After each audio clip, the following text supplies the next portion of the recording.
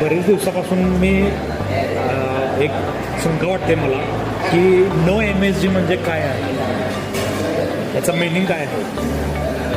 MSG हे अजिनोमोटोचं scientific नाव आहे. त्याला मोनोसोडियम ग्लुटामेट असं म्हणतात. तर नो MSG म्हणजे आपण कोणत्याही प्रिपरेशनमध्ये अजिनोमोटो वापरत नाही.